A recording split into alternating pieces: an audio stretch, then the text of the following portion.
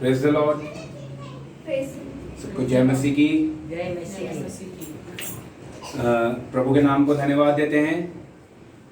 और आज हम बाइबल में से सीखने जा रहे हैं। एक बहुत इम्पोर्टेंट विषय है जो प्रभु ने थर्सडे को, गुरुवार को मुझे दिया था।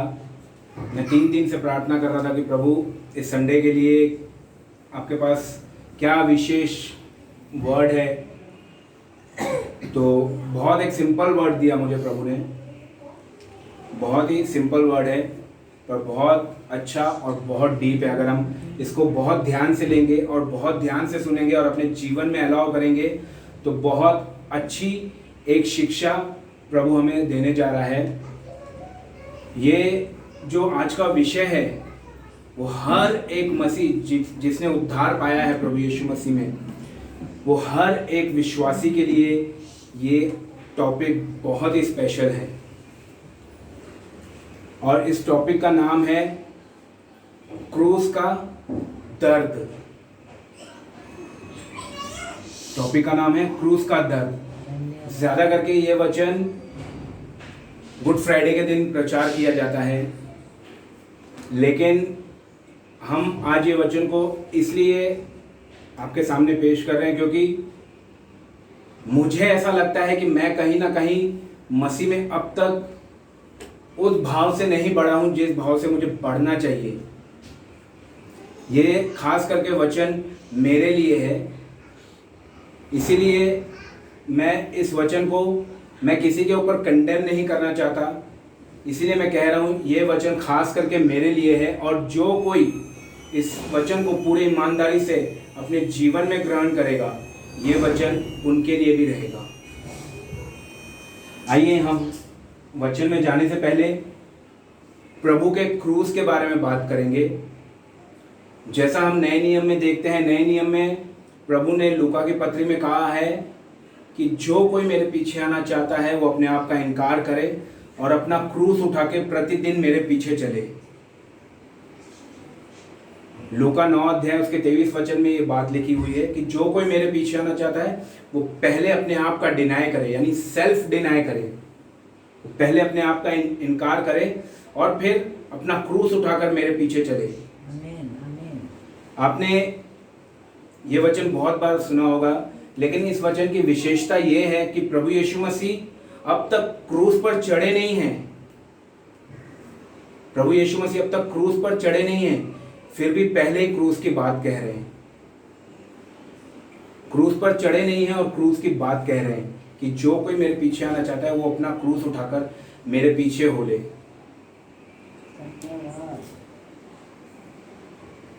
क्रूस पर जाने से पहले प्रभु क्रूस की बात पता है क्यों कह रहा है? वहां भीड़ को, सिर्फ चेलों को नहीं, पूरी भीड़ को कह रहा है प्रभु कि अपना क्रूस उठाकर मेरे पीछे चले। आपको पता है परमेश्वर ने जब उत्पत्ति की किताब में आदम को रचा था और आदम को रचने से पहले परमेश्वर ने जब सृष्टि का निर्माण किया था, सृष्टि के निर्माण से पहले पिता परमेश्वर के मन में प्रभु यीशु मसीह का क्रूस पर बलिदान होना ये उनके मन में पहले से ही था।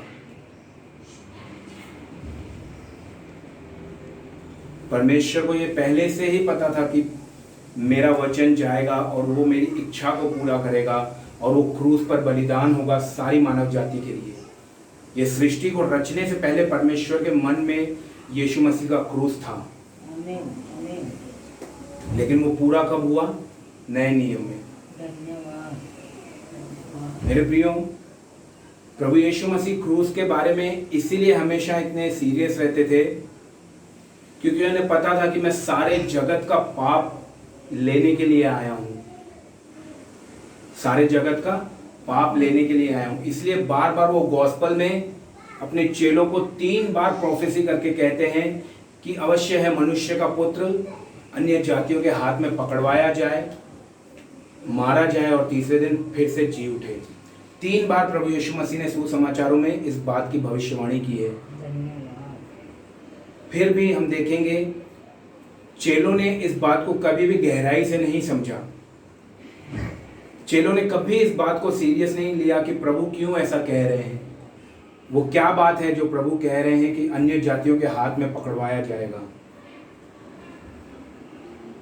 मेरे प्रियो, क्रूस का जो विषय है वो हर एक मसीह के लिए उतना ही इम्पोर्टेंट रखता है जितना प्रभु यीशु मसीह इस पृथ्वी पर थे उनके लिए इम्पोर्टेंट था। और आज हर एक मसीह लोगों के लिए ये क्रूस का जो टॉपिक है ये हर एक मसीह के लिए भी उतना ही इम्पोर्टेंस रखता है। आज हम क्रूस के विषय में थोड़ी बातें करेंगे। जब भी क्रूस के विषय के बारे में बात आती है मुझे नए नियम से पहले यशाया 53 अध्याय याद आ जाता है। यशाया 53 अध्याय उसके 3 और 5वें वचन में लिखा है कि वो हमारे पापों को और अपराधों को लेकर वो क्रूस पर चढ़ाया गया। परमेश्वर को ये भाया कि वो कुचला जाए, उस पर ताड़ना पड़े।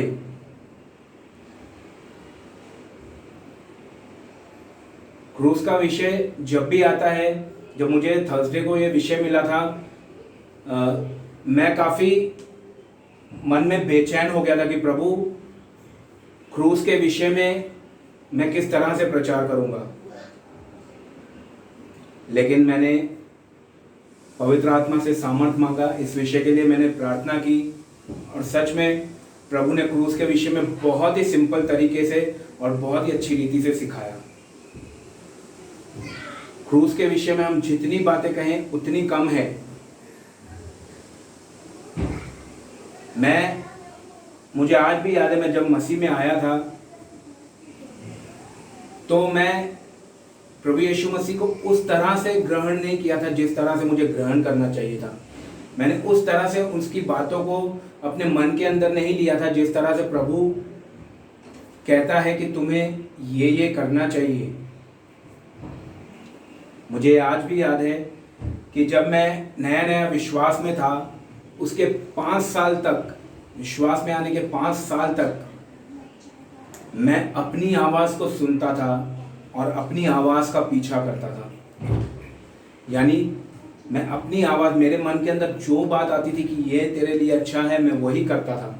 मैं अपनी मर्जी को पूरा करता था। मुझे कभी भी वचन के लिए कोई भूख नहीं थी। एक नामधराई विश्वासी की तरह मैं जीवन जी रहा था। डेली मॉर्निंग में उठना, 2 मिनट की प्रार्थना करना, नहाना, नहाने के बाद फिर बाइबल पढ़ना। लेकिन एक गंभीर मसीह की तरह मैंने कभी अपनी ज़िंदगी को जिया नहीं था। और पता है,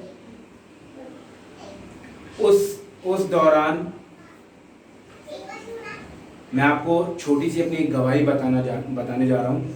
उस दौरान जब मैं अपनी मर्जी का पीछा कर रहा था और जब मैं प्रभु के कलाम को डिनाई कर रहा था, इनकार कर रहा था, तो मेरे शरीर में एक इन्फेक्शन हो गया था। मेरे शरीर में एक इन्फेक्शन हो गया था और वो इन्फेक्शन डे बाय डे बढ़ रहा था। डे बाय डे वो इन्फेक्शन बढ़ रहा था। और फिर मैंने डॉक्टर से कंसल्ट किया तो डॉक्टर ने कहा कि आपको ये जो इन्फेक्शन हुआ है उसका इलाज इधर नहीं होगा, मुंबई में होगा, और उसके लिए कम से कम आपको 10,000 रुपया खर्चा आएगा, या फिर आपको उससे ज़्यादा भी खर्चा आ सकता है। उसने मुझे कुछ दवाइयाँ लिख कर दी और उन दवाइयों को मैंने अपने उस शरीर पर, जहाँ पर मुझे इन्फेक्शन हुआ था, उस जगह पर मैंने उस दवाइयों को अप्लाई भी किया। आप विश्वास करेंगे, मैंने दवाइयाँ भी ली, सब कुछ किया, लेकिन वो इन्फेक्शन 1% कम नहीं हुआ। 1% वो इन्फेक्शन मेरे शरीर से कम नहीं हुआ। और तब मैं जान गया कि ये जो ताड़ना है ये मुझे प्रभु की ओर से मिली है कि मैं वो काम कर रहा हूँ जो मुझे नहीं करने चाहिए थे। मैंने पवित्र आत्मा को बहुत शोकित किया था अपनी लाइफ में, बहुत शोकित किया था, और मैं जान गया था ये परमेश्वर की ओर से है। और मेरे प्रियो, विश्वास करो, मैंने उस दिन रात को, आज भी मुझे वो दिन याद है, गुरुवार का दिन था, रात के 12:15 हो रहे थे। मैंने प्रभु के सामने पश्चाताप किया। मैंने माफ़ी बाद में मांगी, लेकिन पहले मैंने रिपेंट किया। मैं पहले प्रभु के चरणों में आया, मैंने प्रभु से रिपेंट किया, क्योंकि बाइबल में लिखा हुआ है, यदि तुम सच्चाई को जानते हुए भी बार बार पाप करते हो तो फिर पापों का कोई प्रायश्चित नहीं। मैं सच्चाई को जानते हुए भी मैं बार बार वो काम कर रहा था जो मुझे पवित्र आत्मा करने से रोक रहा था। और मैं जब भी अपनी मर्जी के अनुसार काम करता था, मुझे अंदर से एक आवाज आती थी, दीपक ये गलत है, मत कर। लेकिन फिर भी मैं वो कामों को करता रहा। लेकिन जिस दिन मैंने रिपेंट किया, जिस दिन मैंने प्रभु से पश्चाताप किया, और पश्चाताप करने के बाद जब मैंने प्रभु से माफी मांगी, तो मेरे प्रियो, वो इन्फेक्शन डे बाय डे जिस तेजी से वो बढ़ रहा था, उसी तेजी से वो डे बाय डे घटता चला गया। और आप विश्वास करो, उसके बाद मैंने एक बार भी दवाई नहीं खाई, एक बार भी मैंने उस इन्फेक्शन के लिए कोई दवाई नहीं ली, कुछ नहीं किया। लेकिन डेली मैं प्रभु से रिपेंट करता था, मैं प्रभु के आगे रिपेंट करता था। और आप विश्वास करो, वो इन्फेक्शन पूरी तरह से मिट गया और पूरी तरह से मैं चंगा हो गया। जो डॉक्टर मुझे कह रहा था कि 10,000 रुपये या उससे भी ज्यादा खर्चा आ सकता है, लेकिन मुझे 1 रुपया नहीं खर्चा करना पड़ा। सिर्फ क्या किया, मैंने उन गलतियों के लिए प्रभु से माफी मांगी, मैंने पश्चाताप किया और प्रभु के साथ बैठा। और उस दिन मैंने एक बात का निर्णय लिया कि प्रभु, चाहे कुछ भी हो जाए, मैं आपके साथ सदा, जब तक मेरे अंदर सांस है, मैं आपके साथ सदा ईमानदार रहूंगा। मैंने उस दिन निर्णय लिया प्रभु के साथ ईमानदार रहने का। आज हो सकता है प्रियो, बहुत सारे मसीहों के लिए जीवन में, बहुत सारे विश्वासियों के जीवन में ऐसी प्रॉब्लम हो, उन्हें समझ नहीं आता हो कि हम क्यों नहीं बढ़ रहे हैं मसीह में, हम क्यों इस पृथ्वी पर एक नामधराई विश्वासी की तरह जी रहे हैं। आपको चिंता करने की जरूरत नहीं है प्रियो। आज भी हमारा प्रभु अपनी बाहें फैलाकर आपको बुला रहा है। वो चाहता है कि आप आओ, वो चाहता है आप अपनी जिंदगियों में एक निर्णय लो, एक डिसीजन लो और उसके साथ ऑनेस्ट रहो, उसके साथ ईमानदार रहो। मेरे प्रियो, हमने आज भी अपनी लाइफ में, प्रेजेंट लाइफ में, आज भी हम कितनी बार प्रभु को अपने कामों के द्वारा क्रूस पर चढ़ाते हैं। इसलिए यशायाह भविष्यवक्ता कहता है, वो हमारे पापों के कारण कुचला गया, उस पर ताड़ना हुई। परमेश्वर को ये भाया कि वो कुचला जाए, परमेश्वर को ये भाया कि वो कुचला जाए। मेरे प्रियो, हमारे पापों के कारण वो आज भी कलवरी क्रूस पर टांगा जाता है। आज भी उसे वही सब वेदना, वही सब पीड़ाएं उसे आज भी सहनी पड़ती हैं जब हम अपनी आवाज को सुनकर अपनी मर्जी का पीछा करते हैं। बाइबल में लिखा हुआ है, जब प्रभु यीशु मसीह को क्रूस पर चढ़ाया गया तो प्रभु यीशु मसीह ने कहा, हे पिता, इन्हें क्षमा कर, क्योंकि ये नहीं जानते हैं कि ये क्या कर रहे हैं।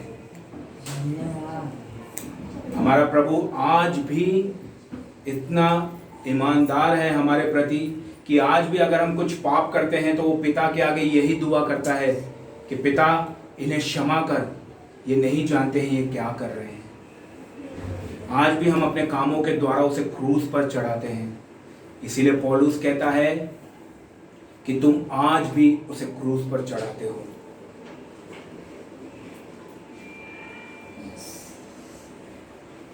मेरे प्रियो, हमें रिपेंट करना है। बाइबल बताती है जब वो क्रूस पर चढ़ाया गया था, वहां दूसरे पहर से लेकर तीसरे पहर तक सारे देश में अंधेरा हो गया था। दूसरे पहर से लेकर तीसरे पहर तक सारे देश में अंधेरा हो गया था। अब जानते हैं अंधेरा क्यों हुआ था? क्योंकि प्रभु यीशु मसीह इस सारे जगत के पाप को, दोष को, बीमारी को, श्राप को, रोगों को अपने ऊपर ले रहा था। इसीलिए जब ये सारा पाप प्रभु यीशु मसीह पर लादा गया, उस वक्त प्रभु यीशु मसीह ने कहा, हे मेरे परमेश्वर, तूने मुझे क्यों छोड़ दिया? देखिए, पहले वो कहता है, हे पिता इन्हें क्षमा कर, क्योंकि ये नहीं जानते ये क्या कर रहे हैं। लेकिन अब वो कह रहा है, हे मेरे परमेश्वर, तूने मुझे क्यों छोड़ दिया? क्योंकि वो उस वक्त एक मनुष्य रूप में आ गया था, उसके ऊपर पूरे पाप चढ़ा दिए गए थे। और बाइबल बताती है परमेश्वर पापियों की नहीं सुनता। वो पाप बन गया था हमारे लिए, इसलिए परमेश्वर ने उससे अपना मुंह फेर लिया था। इसीलिए उसने वहां पर हे पिता नहीं कहा, हे मेरे परमेश्वर। लेकिन जब सारा पाप उसके ऊपर डाला गया और जब उसे पता पड़ गया कि सब कुछ पूरा हुआ, तो उसके फिर से शब्द सुनो। वो कहता है, हे पिता, मैं अपनी आत्मा तेरे हाथों में सौंपता हूं। जब उसने देखा कि सिर्फ व्यवस्था ही पूरी नहीं हुई है, लेकिन यहाँ पर सारे मनुष्य जाति का पाप भी मैंने अपने ऊपर ले लिया है, तो उसने कहा, हे पिता, मैं अपनी आत्मा तेरे हाथों में सौंपता हूँ। और उसके बाद उसने अपने प्राण को छोड़ दिया।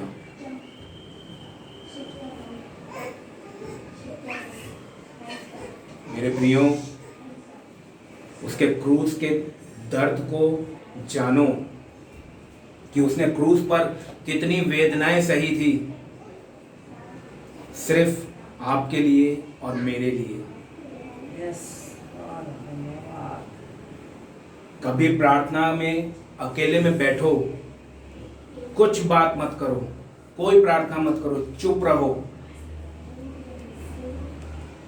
और अपनी आंखें क्रूस की ओर लगाओ। तब पवित्र आत्मा आपको बताएगा कि उसने क्रूस पर क्या क्या सहा था। तब पवित्र आत्मा बताएगा कि उसने तुम्हारे ही पापों को अपने ऊपर क्रूस पर ले लिया था। पाप मैंने किए और सजा उसको मिली। अब कभी बैठो सीरियसली, पूरी गंभीरता के साथ, और उस क्रूस को अपने मन में रखो और देखो कि मेरे यीशु ने मेरे लिए कितना दर्द सहा, कितनी वेदनाएं पड़ी उसके ऊपर, और हम क्या कर रहे हैं।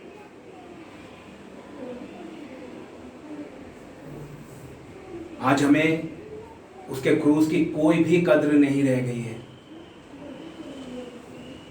हम कभी गंभीरता से उसके साथ बैठते नहीं हैं। हम कभी ऑनेस्टली उससे दुआ नहीं करते हैं कि प्रभु, मुझे एक बार तेरी वाणी को सुनना है, मुझे एक बार तुझे महसूस करना है।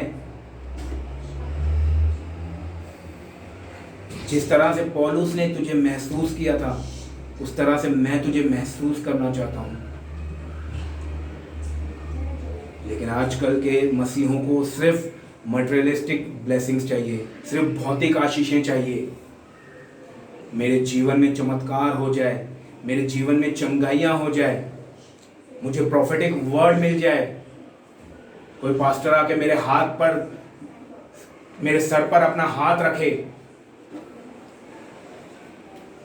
मैं अन्य अन्य भाषा बोलूं। मेरे प्रियो, ये सब गलत नहीं है, बाइबल में लिखा हुआ है। लेकिन उससे पहले प्रभु कुछ चाहता है आपसे।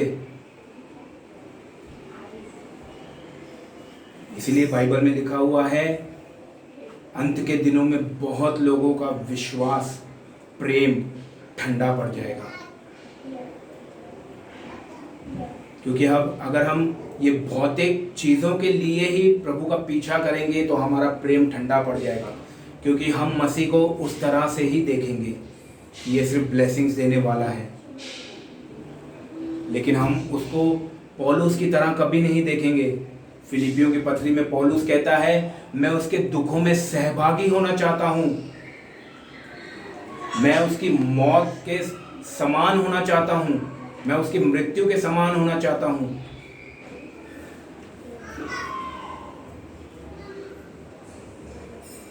जिस तरह से आप अपने आप से प्यार करते हो, उसी तरह से मसीह के साथ प्यार करो। तब आपको क्रूस की वैल्यू का पता पड़ेगा। जब तक आप अपने जीवन में क्रूस की वैल्यू को समझोगे नहीं, आप कभी भी एक ऑनेस्ट क्रिश्चियंस नहीं बन सकते। जब तक आप रिपेंट नहीं करोगे अपने पापों के लिए, आप ऑनेस्ट मसीह नहीं बन सकते।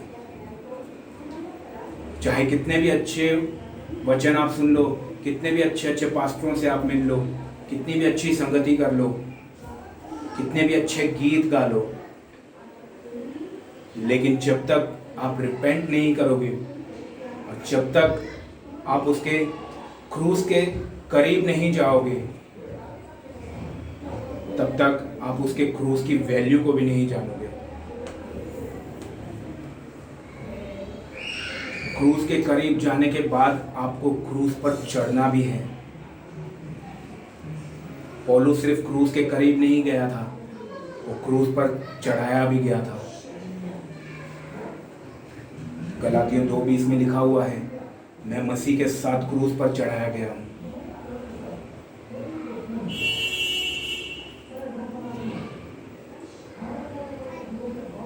मेरे प्रियो, अपने अंदर से हेरोदेस की आत्मा को निकालो। अपने अंदर उसकी आत्मा रखो जिसने उसे इस पृथ्वी पर रखा है। रिपेंट करो, अभी भी समय है, रिपेंट करो। अभी भी उसके साथ जाने के लिए तैयार हो जाओ। अभी भी समय गया नहीं है, अभी भी हमारे पास समय है कि हम उसके साथ तैयार हों। अगर ये समय हमारे हाथों से निकल गया, उसके बाद हमें कोई समय नहीं मिलेगा तैयार होने के लिए। उसके बाद हमारे पास कोई समय नहीं रहेगा रिपेंट करने के लिए।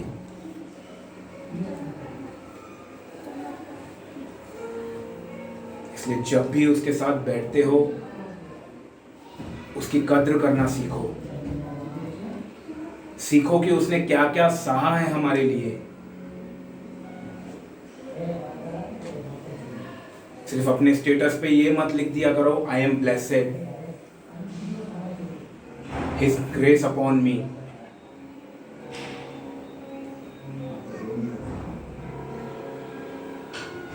उसके साथ बैठो, उसकी वैल्यू को समझो। हम इस संसार से अलग किए गए हैं। 2 कुरिन्थियों 6वें अध्याय में लिखा हुआ है, हम इस संसार से अलग किए गए हैं।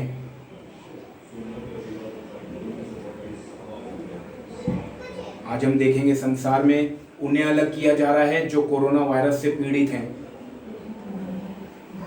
लेकिन प्रभु ने हमें संसार से और संसार के लोगों से अलग किया है। जब अलग किया है तो उसके साथ बैठना सीखो, उसकी वैल्यू को समझो, उसके लहू को व्यर्थ ना गवाओ।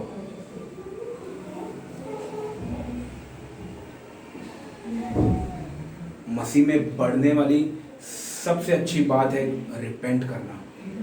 माफ़ी तो हम रोज़ मांगते हैं, लेकिन हम रिपेंट करना अभी तक नहीं सीखे हैं। प्रभु के आगे रिपेंट करो।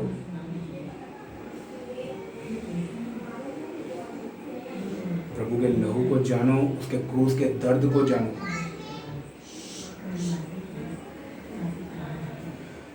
यूँ बाइबल में इब्रानियों की पत्री में लिखा हुआ है, 9वें अध्याय उसके 28 वचन में लिखा हुआ है कि एक बार उसका आना पापियों के लिए था,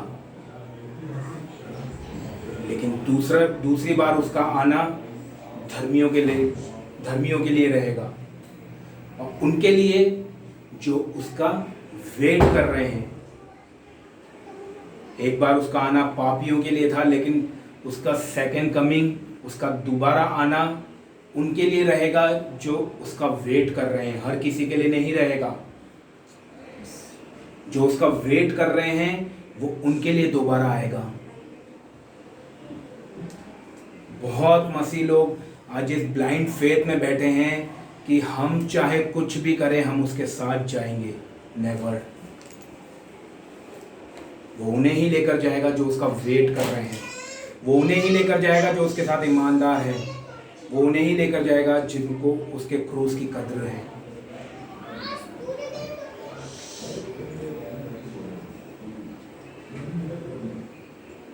इसीलिए उसका वेट करें और अपने आप को तैयार करें। वेट करें। आइए हम प्रार्थना करेंगे। स्वर्गीय पिता, प्रभु यीशु मसीह के नाम से एक बार फिर से हम आपके पवित्र चरणों में आते हैं। पिता, दुआ करते हैं प्रभु आप हमें अपनी आत्मा से एक बार फिर से भर, अपनी आत्मा की सामर्थ हमें दें, ताकि प्रभु हम आज एक बार फिर से पश्चाताप करें। प्रभु हम आपके क्रूस को, प्रभु उस क्रूस की हम वैल्यू को समझें खुदा, और अपना क्रूस उठाकर आपके पीछे चलने वाले बने। हम सच में वैसा बने खुदा जैसा आप चाहते हैं। यहाँ पर आए हुए तमाम लोगों को खुदावंद आप ब्लेस करें। आपने ऐसा किया, धन्यवाद। प्रभु यीशु मसीह के नाम में आमीन। सबको जय मसीह की।